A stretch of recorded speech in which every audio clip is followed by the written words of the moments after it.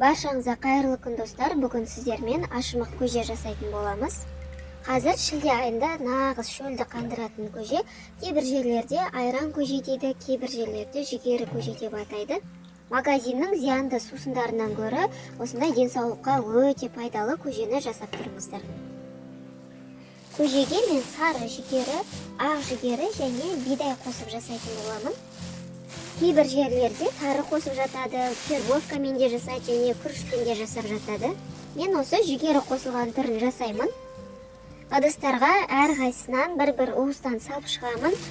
Мен 5 литр су құйып жасайтын боламын. Егер одан көп жасайтын болсаңыздар, 2 уыстан салсаңыздар да болады және суын мол қылып жасасаңыздар болады.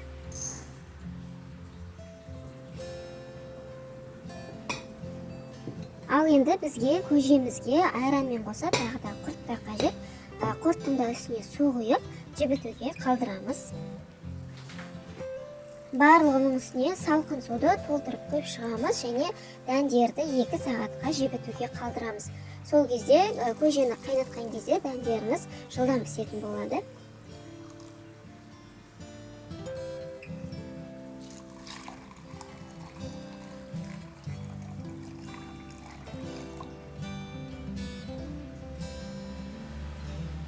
Құрттың да үстіне суды толтырып құямыз.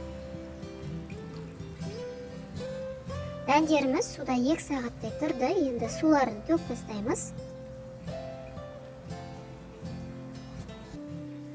Суларын төккеннен кейін дәндердің үстіне тағы да салқын су құйып, артық қалдықтары кету үшін 1-2 қайтара жақсылап шай жіберемін.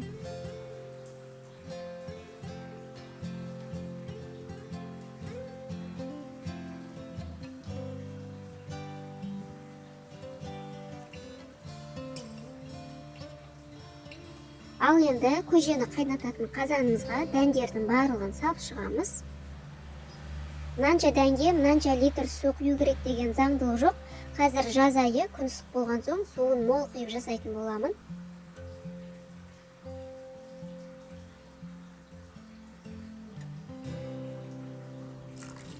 Қазанға 5 литрдай су құйып, қақпағын жауып, газға қатты отқа қоямын.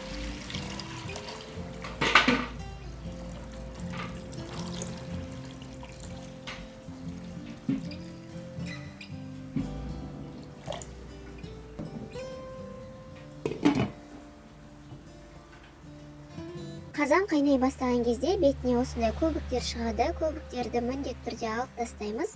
Яғни осы көбікпен дәндердің артық қалдықтары, қабықтары шығады. Қазанға татымына қарай тұз қосамыз. Менде тұз қосқан жерім видеоға түспей қалыпты. Енді қазанның қақпағын жауып, баяу отта 1,5-2 сағаттай қайнатамыз. Мінеке қазанды 2 сағаттай қайнатып алдым. Жүгерілер жұмсақ болып пісіп шыққан.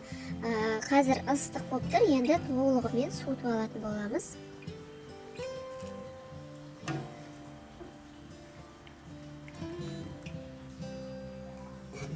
Көжені толығымен суытып алдым. Енді көжемізге жаңағы жібітіп қойған құртымызды саламыз.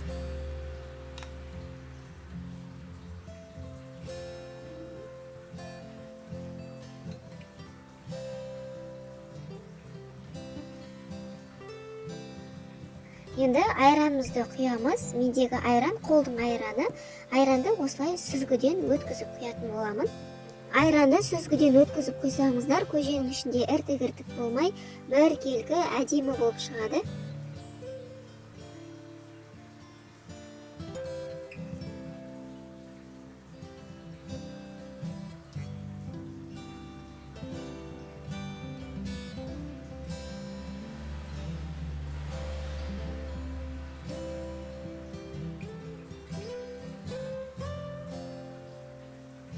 Осымен біздің ашымық көжеміз дайын. Көжені холодильникке салып, салқындатып ішіңіздер. Видеом сіздерге пайдалы болса, лайк басып, пікір қалдыра кетіңіздер. Арнама тіркелуді ұмытпаңыздар. Назарларыңызға рахмет. Қош сау болыңыздар.